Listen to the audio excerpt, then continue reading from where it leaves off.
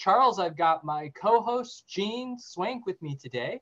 And today it's exciting. We're going to be looking at pitches, and we have Jenny Thompson from SafetyPin, who's going to tell us a little about herself and what her company is doing. And SafetyPin has developed a universal trust badge for the sharing and gig economy. So I've had a chance to meet Jenny, or is it Jenny or Jennifer? How should I call you?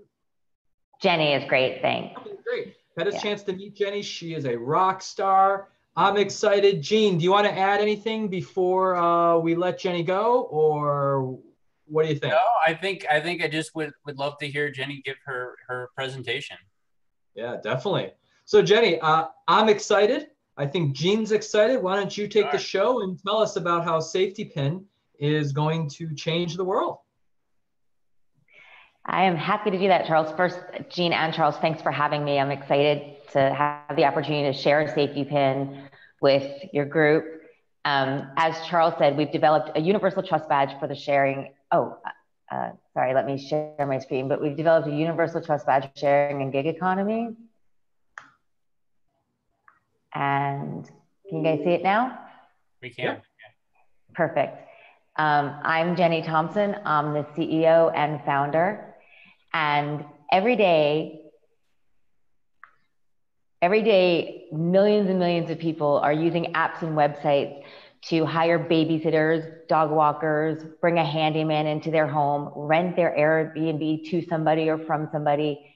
And we know so little about the person on the other side of that transaction. And within a matter of minutes or sometimes even seconds, we're deciding to trust them in our home and around our families. And with the sharing economy projected to hit $335 billion by 2025 by PricewaterhouseCoopers, the problem is real and the opportunity is huge. I started SafetyPin because the dog sitter that I hired to watch Django and Lulu decided to fake her own death instead of paying me back $150 that she owed me. Whoa, that's crazy. It is crazy, and she didn't just like give me the short version. It was a 5-day process where her parents would continue sending me updates that there was swelling on her brain, and the doctors are saying it doesn't look good, and could I please pray for their family? And 5 days later, that she had passed away. And considering how easy it is to just block somebody from your phone, I thought that was a pretty extreme situation. But now I don't let anybody in my home or around Django and Lulu or staying with them unless they have a SafetyPin. Wait, so this was over $150 that they did all that? 150 US dollars, yeah, not even euros or British pounds. It's $150. Now, did they actually walk your dog, or they just didn't show up and that was what they were? So I was away for 9 days and she was supposed to stay in the house. And when I got home, I found stains all over the carpet. And then I found that the dog's beds were missing. So I realized that she probably had left them alone for part of the week and then taken them somewhere for part of the week. And it was my birthday. I was away for my birthday and the front desk had flowers for me. And they're like, we saved the card because the flowers died. So obviously she hadn't been walking in and out of the building. And I had prepaid her for the following week. I wasn't even arguing that, my dogs were safe. So I wasn't even arguing that she should pay me back for that time. I just wanted the money back from the future that I had paid her, since I clearly was never letting her in my home again. Well, so you had, basically you just got, to put it bluntly, you got screwed. And that's what. Yeah, out of $150, which it wasn't about the money, it was about the extraordinary lack of trust. And then the lengths that she went to keep the money, instead of just saying, look, I'm not going to pay you back and ghosting me, to put me through the emotional turmoil of, oh my God, was she really in an accident? Am I a horrible person for not believing her? There were no messages on her Facebook page saying, oh my God, Sarah, we're praying for you, or please be careful. And I Googled the accident, and I don't know if you had time to read any of the text, but they gave a lot of detail. So it was easy to Google and nothing came up. Oh, well, sorry, didn't mean to get off topic. I was just. No, it's okay. It was a pretty extreme example. And actually why that's important is it led to one of the most unique things that we do at SafetyPin. So behind every SafetyPin, we do a comprehensive criminal background check, but we actually created a proprietary methodology that covers about 70% more area search than the average standard background check, including those done by the companies that you all know. We do a financial screening because we want to weed out people who are on the internet to take advantage of people and scam them. We do an ID verification because obviously catfishing is a huge issue. And that's not just in dating. A friend of mine rented an Airbnb from somebody that he thought was a 25-year-old woman named Charisse, and it turned out it was like a middle-aged guy who just realized more people rented his house when he looked cute and unthreatening. And there's like a much crazier story behind that as well, which I will not bore you with here, but it's not boring at all. But then the other piece of this is we've developed a proprietary behavioral profile. And I'll go into more detail about that later, but those are the 4 things. If somebody has a SafetyPin, as you can see to the right, that it's an actual date and time stamp badge. The number at the bottom is my actual SafetyPin ID. So that's what you share on your profile, and people will know that you've been through this 4-pronged process and that you're still in good standing. We can physically revoke the badge off of your profile at any time if you no longer meet our requirements. So here are some of the things that differentiate us compared to the background check box and the ID verification box. We're the only ones that do regular rechecks, and we have our proprietary behavioral profiling that I mentioned. It's a front-facing badge, so where you really don't know when you go onto some of these platforms who has background checks and who doesn't, and what the trust and safety teams are doing behind the scenes to try and keep the people on the platform safe. This is a front-facing badge. It's basically like a TSA pre-check for everyday life. I already mentioned that we do 70% more coverage in a very thorough background check. When you have a SafetyPin, the only thing we share with people is your first name, your city and state, and your SafetyPin ID. They don't see anything about your record. So where if you get a criminal, if you want to babysit for somebody and they want to do a background check on you, the amount of information that you end up handing over to them or that they find would include every time you've been stopped for a speeding ticket. And this way we have a police designed algorithm that determines whether or not you get a SafetyPin without sharing anything personal from your past or any of your private data. It's completely voluntary, and the person with the SafetyPin is actually the person paying us in most cases. So there are no legal concerns about privacy. We have an IP patent application filed on parts of the process and on the actual live badge. And all of the trademarks are currently approved. So I mentioned a couple of times that we do background checks, but we also purposely don't stop there because we know that 40% of crimes go unreported. So while a background check is a really important first step, it's just that, it's a first step. 40% of all crimes go unreported, 70% of sex crimes go unreported, and 30% of crimes where there's still an injury or a weapon used still go unreported. And so that's why we've incorporated our proprietary behavioral algorithm. We worked with 2 criminal profilers, a clinical psychologist from Yale, and a forensic psychologist from the federal prison system, so that we can eliminate people that don't have a criminal history, but still present red flags. And when we worked with each of them, we worked with them individually, and we had them each review the questions, review the scoring, review the answers, and they all came within 1 point of each other, which we thought was a really important validation of the process, considering they all work in this world, but have different training. I think it's important to also note at this point that we don't have a negative indicator. So if you apply for a SafetyPin and you get flagged on our behavioral, you're the only person in the world that's ever going to know that. It's in our database. It's not something that is on your record, and we don't share with anybody that you applied and did not receive a SafetyPin. Our go-to-market strategy is a 3-pronged strategy. We have some small startups that we've been working with, and we're in touch with some larger platforms. Our goal is to be introduced during the onboarding process, either as an option or as a requirement. It allows the users to add a SafetyPin to their profile. We've seen the most immediate success in babysitting, and we're also talking to people in the pet sitting, handyman, and the home sharing and roommate space. Simultaneously, we're launching aggressive awareness campaigns to moms through Facebook and through mom bloggers.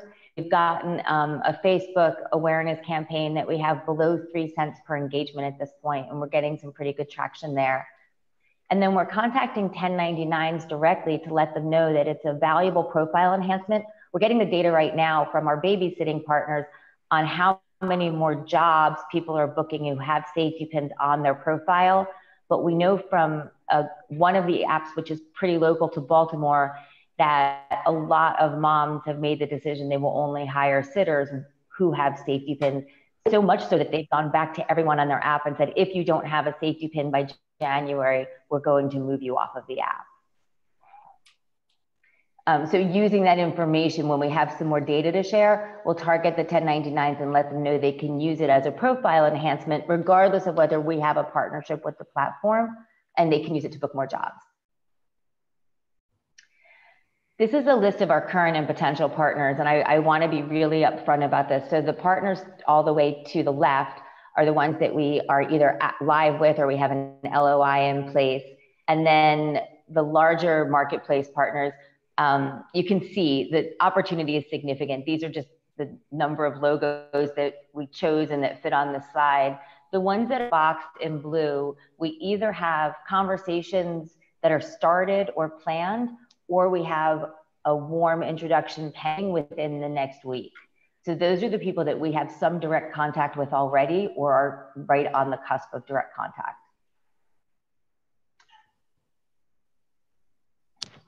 I'll talk a little bit about what differentiates us from the competition. And I think the number one thing people do when they hear what we're doing is they say, well, Checker is really set in that space. And we couldn't agree more. Checker's doing a great job in the B2B world of screening employees for people. They have a lot of partners in the marketplace apps as well. But what differentiates us is our relationship in the peer-to-peer economy, that we give an individual a way to look at people on the site and choose based on this added layer of trust. In addition to the fact that we also verify their identity and do the criminal background screening, we protect the applicant's personal information, we do regular rechecks, and we revoke their safety pin if something comes up that causes us alarm. We also have a feedback loop where we can suspend someone's safety pin if other people who have interacted with them are just nervous around them and feel uncomfortable. They can share that information. Very clear to point out, this doesn't mean you went on an online date and the guy didn't pick up the check, but it is a situation where if your gut is telling you something, we want you to report that to us. And then we can have somebody do an in-person interview with one of our law enforcement experts or one of our psychological experts. And then we have the comprehensive approach that also incorporates our behavioral screening. The other thing that's relevant to indicate here is we don't require a completely clean record. We've developed this algorithm with law enforcement professionals. And so what we look for is patterns of behavior and the underlying psychology of behavior. And so if you were underage drinking when you were 19 and you have a clean record since, we know there's literally no risk of you committing that crime again, and that it really wasn't a crime that put somebody else in danger. And so we don't require pristine records. We care about whether you could put somebody else at risk based on your criminal past, your financial past, or your score on our behavioral.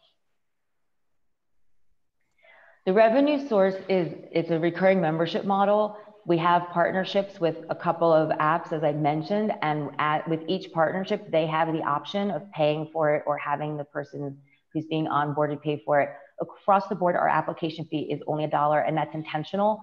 And it's not just as a way to get people to sign up. It's because if you get flagged on our behavioral, we don't invest in the background check.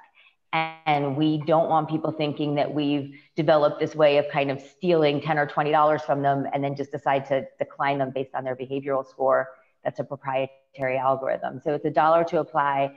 When someone gets accepted, if you come on through a marketplace partner, it's $29 a year. The individual membership model right now is a 6-month introductory at $1 a month, and then $4.99 a month or $49.99 a year. Then as the email list grows, we'll introduce advertising, and we think that'll average out about $5 per customer per year. Cool. Hey, I hate to interrupt you, Jenny. Can we just kind of move it along a bit? Let's get this wrapped up in 5 minutes. So I love it. I've got a lot to talk about, but let's just keep it moving. Perfect, close.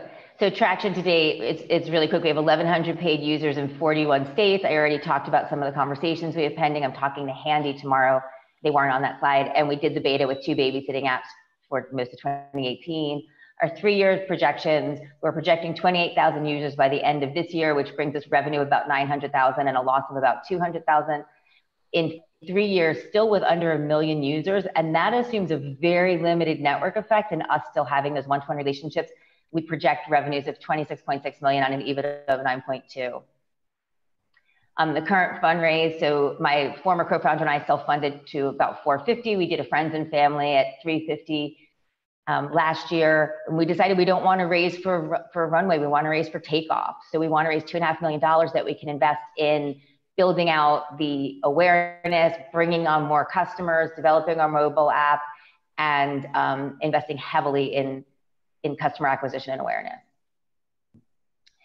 The exit opportunities are across a few different areas. We look at companies like IAC that are heavily invested in the marketplace economy, companies like ADT Checker, Semantic, and Newstar that are focused on personal and home security at different levels. And then the credit bureaus and data houses also make an obvious exit target for us. So we see a lot of opportunities depending on which path we grow and which path we take. Really quick, I'll just highlight the team. I have 20+ years experience as a CEO. I took a business from 2 million to 70 million with less than 1 resignation a year, never 2 down years in a row. Any down year was followed by a record-breaking year, including monthly increased profits 400% in 12 months. My CTO is Cliff Casey. He's a founding CTO. He built the software from day one, and he left his job as a lead software architect at $1 billion company to come build SafetyPin. And Michelle and Sharika are also valuable members of the team, but I'll move on. Our advisory board is where a lot of the rubber meets the road here. John Gill, who's the former head of White House security, Secret Service under 4 presidents, and George Soros is global director of private security, has joined us as a leading member of our advisory board, very invested, and we're going to start using him as front-facing in our messaging. 2 NYPD retired detectives and criminal profilers, and a lead forensic psychologist in the federal prison system. I'm also talking to the clinical psychologist from Yale next week about joining the board. It's just a challenging approval process for her. And then we have 2 people that have been leaders in the online marketing and customer acquisition space, and Mac, who's been a leading business person in the Baltimore scene for a long time. Boom, less than 5 minutes. Right. Awesome. So before I let Gene go, because he usually goes first, I just want to say I love it. This is awesome. I'm actually very interested in this, but let me pass it to you, Gene, first, and sure. See what your thoughts are. Yeah, so first of all, Jenny, great job of telling the story. I love the way that you talked about the genesis and how the whole thing started, you know, with your dogs and that whole story. I mean, that was a great story that I think really caught everybody's attention. I have a couple questions about more technical questions, I guess. So for example, what if somebody fails a psychological evaluation, right? Are they just out forever? Because I know that there is no, nobody would know that they took this safety pin or they applied for a safety pin or not. But let's say that you said a couple platforms, for example, they require you now to have a safety pin in order to be on their platform. So I'd like to know, like, what happens if somebody fails a psychological evaluation? Is there some sort of like appeal process or something that they can do to reapply for that? And before you respond, Jenny, since we're just talking, can you take off share screen so we can everyone can hear faces? Sweet. Go ahead. Okay, sorry. Sure. So Gene, I'm glad you asked that. We have a free appeals process for everybody. And depending on the reason that you were declined, we determine whether you kind of go up our law enforcement channel or our psychological channel. The behavioral, there are 3 steps before you get a final decline. So we do have a way for somebody to appeal. However, unlike the criminal, so the criminal, something could come off your record. Let's say we have something that you have to have 5 years without this kind of charge and you apply in year 3, 2 years later, you could apply again, it would be off your record. That's not true with the behavioral. And that's because these internal and underlying characteristics really are not fluid. We've had a couple of situations where somebody was concerned, for example, and I won't go into too much detail, but that somebody's on the spectrum. And then we suggest that somebody read them the questions, answer for them instead of having them get kind of flummoxed by the questions. But we do have the option of a face-to-face interview on Skype if we get to that level that it just seems unfair that this person has been declined. Okay, so the person you're referring to that was on the spectrum, you mean like the autistic spectrum?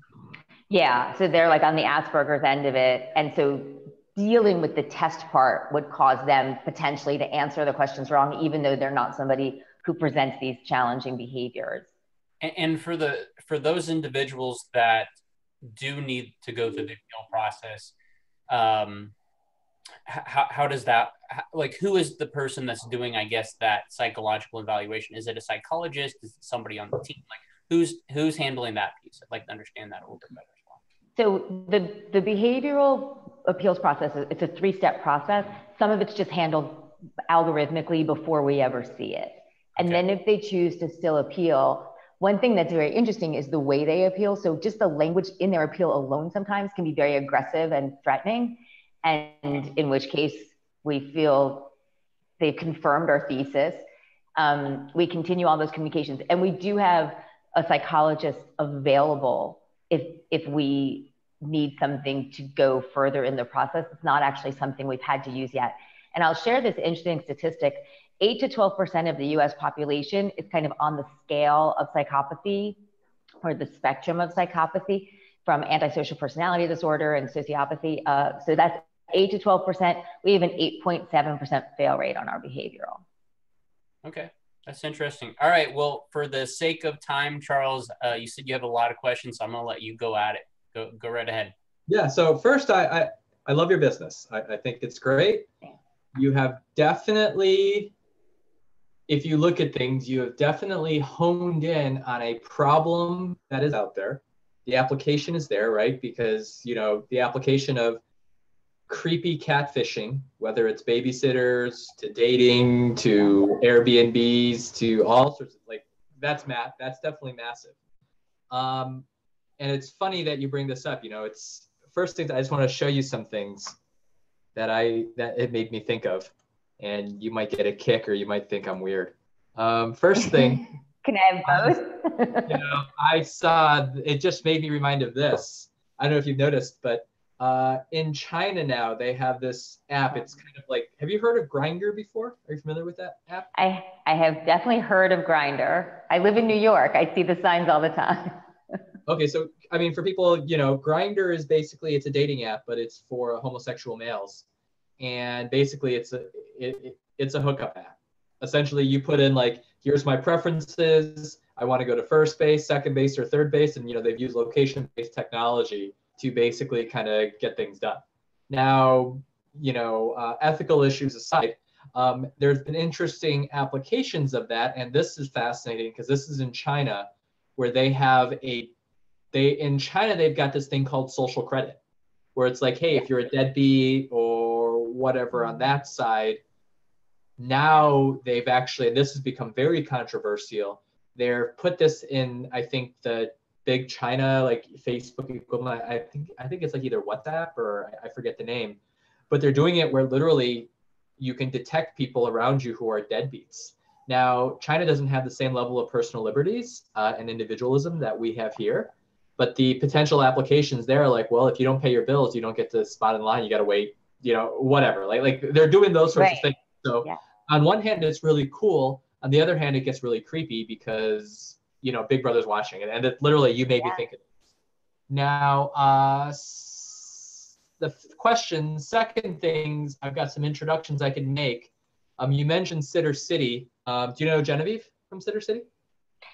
I do. She's actually, I've been in touch with her. She forwarded it to the CEO, and I'm waiting to hear back from the CEO. Okay, great. Yeah, because Genevieve and I used to be in a band together.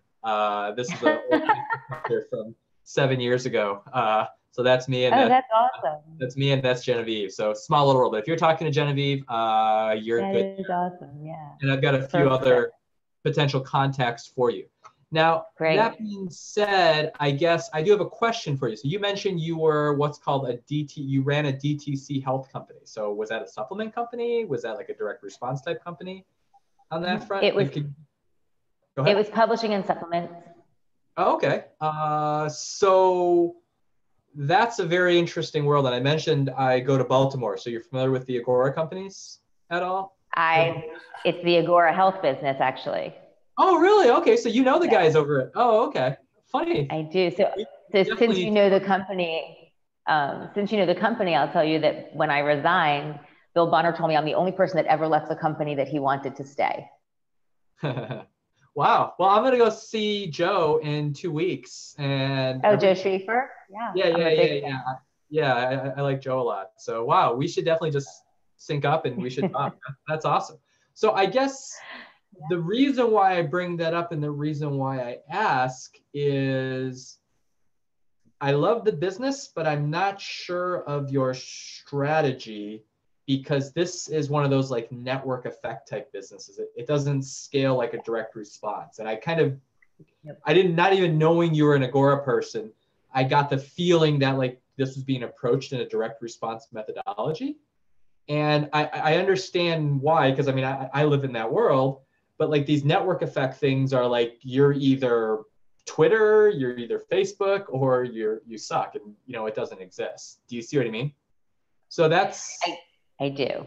so I don't know the answer to that. And that would be one of the questions I would be asking is that.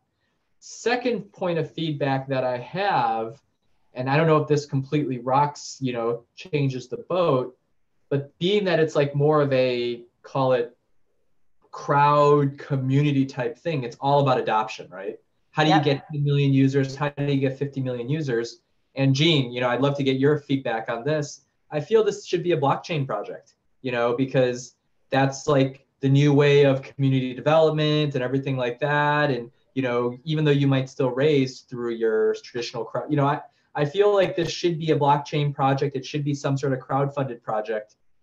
But I feel that component needs to be in there. I don't know why, but that's like a thought on my end. Gene, I don't know if you want to Yeah, provide any feedback or. didn't you say that you actually had considered? I could have sworn that we talked about this once upon a time. You said you were actually had considered blockchain. Was that something we had talked about? Or am I? Yeah, and I never considered an ICO, but we considered blockchain, and I always felt like there were some really valuable pieces of the business that could be built incorporating blockchain and built on the blockchain. And my CTO was kind of one of those skeptical people who, have you guys seen the diagram that says, does this need blockchain? And it just says no. You know, it's not like it's a decision tree where the decision is always no.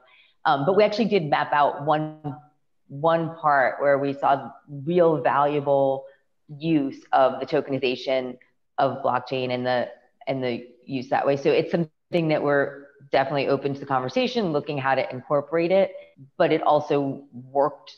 It does work without it. And so we Yeah, I mean, it will started. work as an app. The blockchain is there's going to be an app portion, but the value is really in terms of the identity. You know, using the use case example, you know, it's if you know, let's say the DApp or the distributed app or SafetyPin is an application of it, but if I build my profile, it's like my credit score. I want my credit score to be able to, like, if I leave Experian and go to TransUnion or leave TransUnion or Yep. go whatever, you know, I want to be able to carry that around. And in a similar manner, you know, I think the best example is video games, right? I don't know, World of Warcraft is a popular video game, right? The person spends 5 million hours making their Warcraft person and gets that sword. And then they hear about Fortnite or the next video game that comes out there and they want to go play that one, but they can't because they're so invested in World of War, like their stuff doesn't transfer. And that's why I feel, I don't know, like I'm just kind of thinking out loud. Mm-hmm. That's something that I would want to be involved on that side without obviously, and you know, and even if it's I just feel like there wants to be a community feel to this because it's literally all adoption driven. Yeah, I got to say, I kind of agree with you there. First of all, Jenny, though, ICOs are dead. It's all about the I ST, know. right? Yeah. Well, like I said, raising funding through an ICO is a separate thing. Yeah. You know, Versus using a blockchain. you could use blockchain. You might not actually fund through an ICO mechanism right now because actually you probably don't, given the regulatory climate Right. with everything. But having a blockchain story, having a roadmap to that, also potentially working with some of these blockchain projects, because there was the ICO side, but the reality is most of these blockchains were venture funded, right? So prior to ICO, to get the token out, you know, they raised through either, you know, it was just, you know, VC, you know, like that was that world on that front. And I mean, I can see major applications, whether it's like through the Civic token or, you know, if you really don't care, the Neo guys, because they're Chinese, you know, you can do all sorts of identity management things, so they don't have any sorts of individual rights out there. Like they might be out, like those sorts of conversations are potentially interesting conversations, which then I don't know, like I said, I'm not trying to like derail your business, and I'm sure you get this from all the No, I appreciate the input. You know, but like a community feel, like I want to see, like I love, it's like you've got the idea and the concept makes sense and you're solving a problem. I want to see, you know, hey, we've got this community of 50,000 people in the sharing gig economy, because because it's basically a network file effect, right? If people use it, absolutely, you win. I mean, that's what it is. And if you do that, that makes a lot of sense. Now, I guess maybe you can jump into this. I'm actually interested, but I invest more as like a personal angel. So it's not like I have like a big institution. Well, my institutional fund is my back pocket. So, you know, I'm not going to be kind of a big dog. I'll be more of a follow on. So can you talk about the deal structure and everything like that? And, you know, since everyone's on here, like we're trying to learn about this stuff anyways. And I am actually truly interested in participating if, you know, the terms and everything look right and everything. And plus you're an Agora person, so that makes it even better. Yeah. So I just want to adjust the network effect comment really quickly. We've always looked at this as a network effect business and see the importance of it. But unlike a two-sided marketplace like Uber or TaskRabbit, if you're the only person in the whole state of Nevada who has a safety pin and somebody says to you, hey, what's that thing on your profile? It still has some value. It doesn't have the same value as somebody choosing to only work with somebody with a safety pin, but it does still give that fast track to trust. And so we think the network effect is critical and the investment in awareness on our end is critical. And we're looking very much at those two things, which is why we're also talking about the marketplace relationships where we can onboard a significant number of people without a direct acquisition cost. You know, you're right. So other than to be clear, there's a network effect of adopting users, but and this is where I think, you know, a blockchain or something, some sort of portable identity thing comes into play, because this basically reminds me, I don't know if well, you don't know me, but I spent some time in the credit card processing industry. And literally, you know, credit card processing is one thing, but, you know, what was our secret sauce is we were one of the first people to actually go to the credit card processing ERPs and CRMs and vendors and said, hey, we will tie in our credit card processing technology into your POS system or into your software platform. Wow. So now we're the person, instead of kind of keying it on the side, does that, you know, we're just there as that drop down. It's kind of like when you go to the bank, everyone buys checks from Deluxe.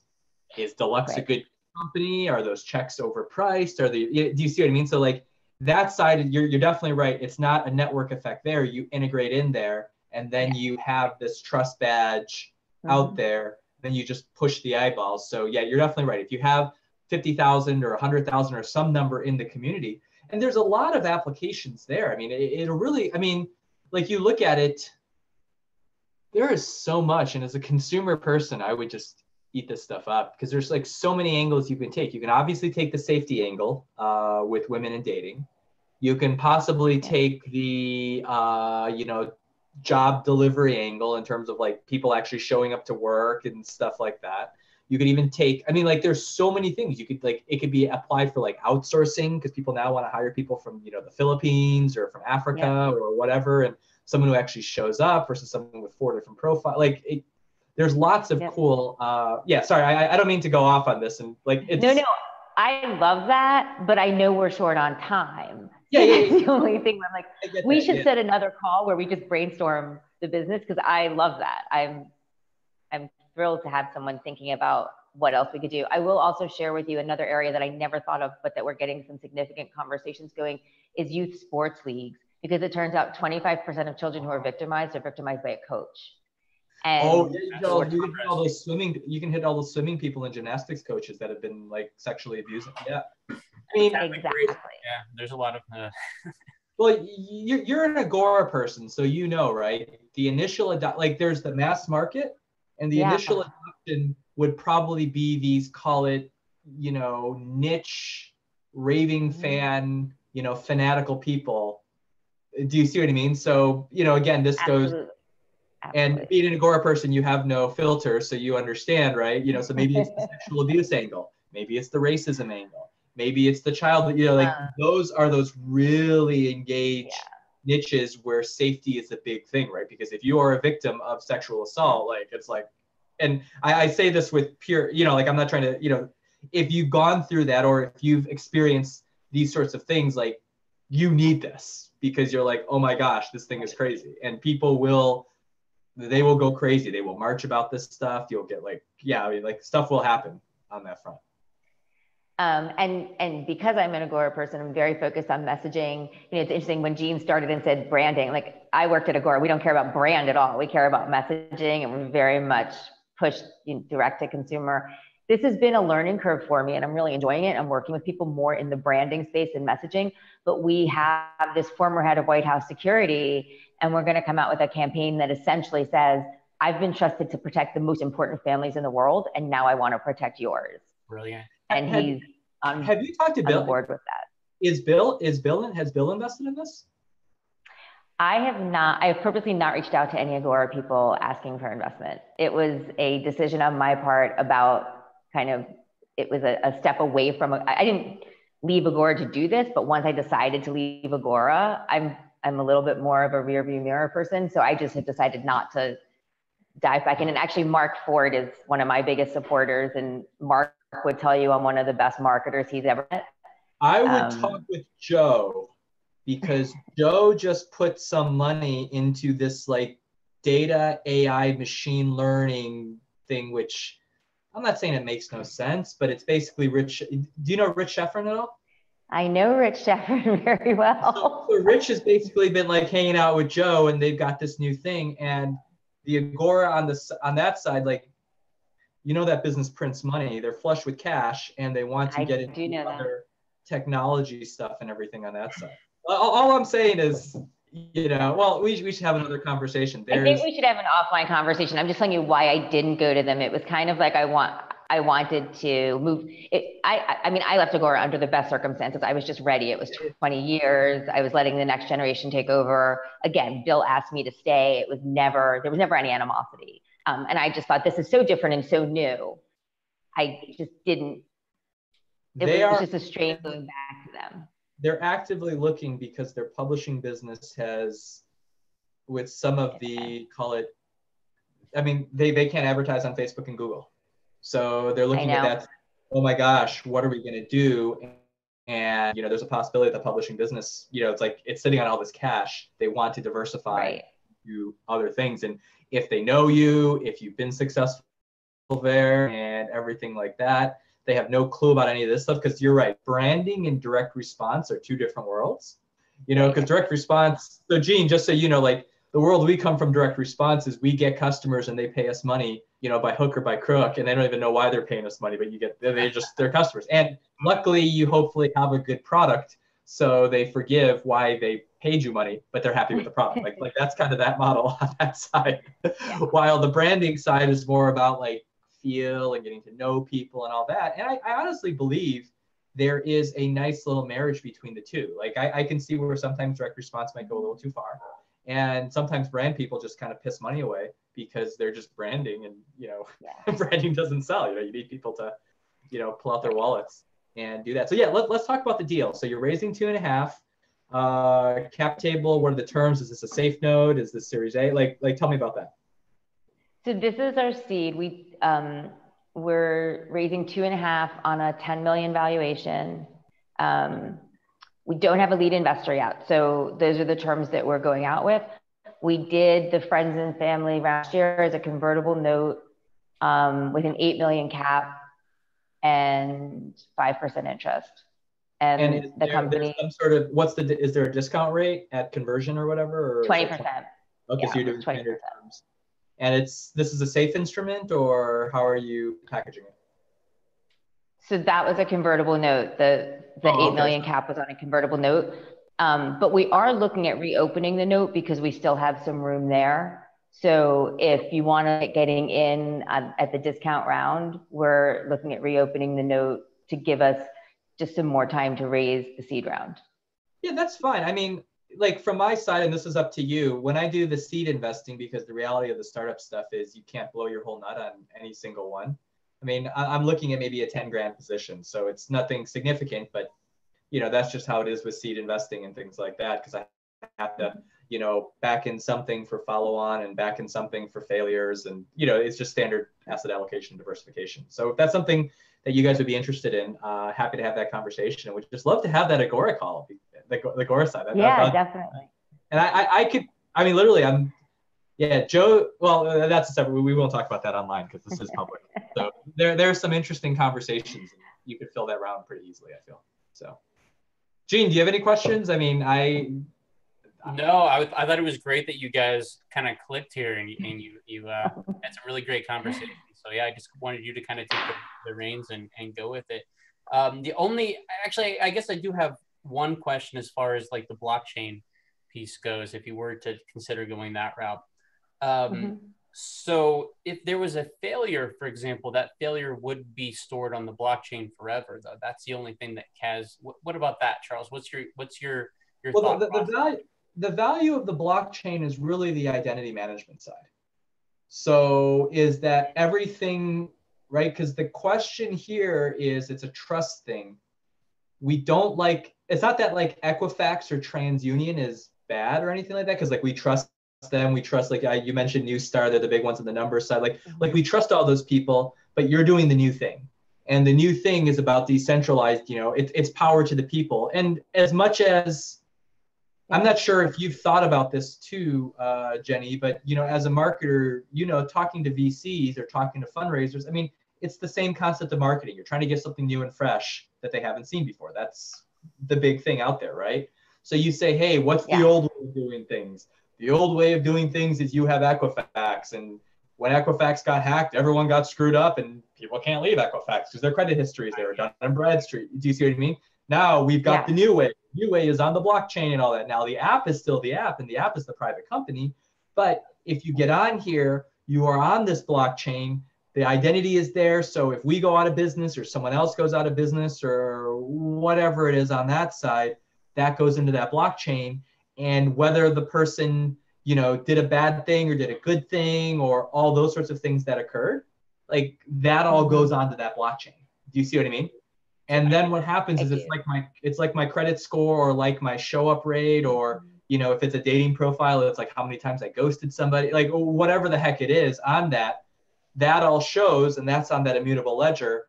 And then what happens is they monetize that blockchain through their app, right? So to get to that, like, okay, now how do I read those APIs or whatever on that side? Well, I can go to Block Explorer and go read some hashes, or I use and again, the model has to be figured out, but like or I use the SafetyPin API, and then SafetyPin charges a transaction fee or an API fee or whatever, so that, everyone can kind of get in on that. And that becomes a community-driven thing.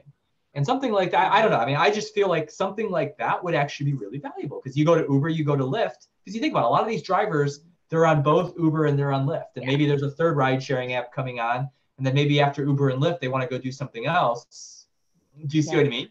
So they can say, hey, I've got my good profile. And now, Uber number 2 comes out because the Uber guy is creating all sorts of controversy because he has no respect for, like he's a sexist pig. Yeah. Right. So like we all want to move to the next app, but we're stuck with Uber because I got a 5-star rating. Do you see what I mean? And same thing with Airbnb. I think that, that makes so much more sense. And that's where our model has always been, that your SafetyPin can be used everywhere. But I see like how much grander we can make that by using the blockchain and incorporating it in, instead of it being solely you can take your SafetyPin. But it was very much that idea that your background is confirmed, and that is something you can use everywhere. I think incorporating the idea of their ratings, how long they've been on SafetyPin, and then we've purposely stayed away from a public facing scoring, because we think anybody who has less than 100% or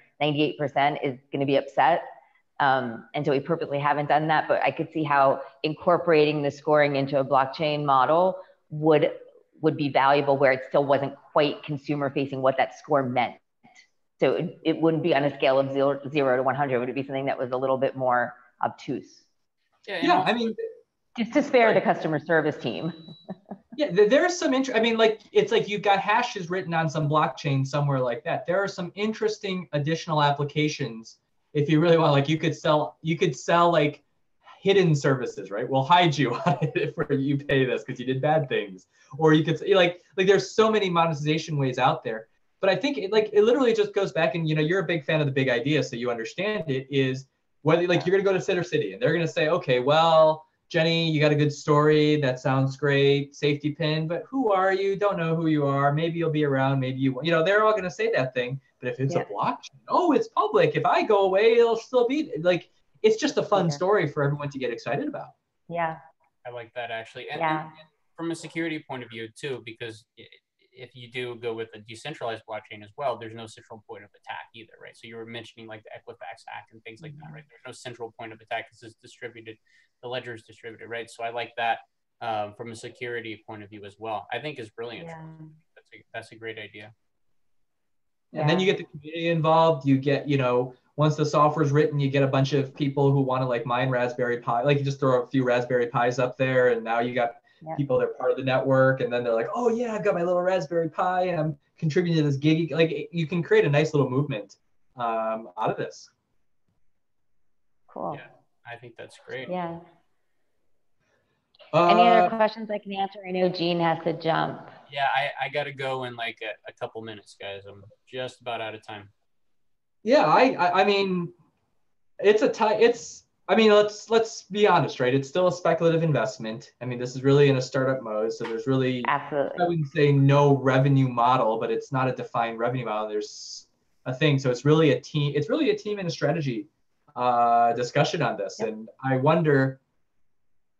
I'm probably a little colored because obviously I come from direct response, and even though I'm not in the family that you were part of, like, there's so much respect in that industry, Gene, for like Agora in that space is the billion-pound gorilla, right? It's like, if you're a tech engineer, oh, it's a Google person, you're like, oh my gosh, they're a Google person. So there's definitely some aspect of that. You can tell we know the same people, or we're like one step on that side, which is cool, but kind of crazy. Awesome, guys.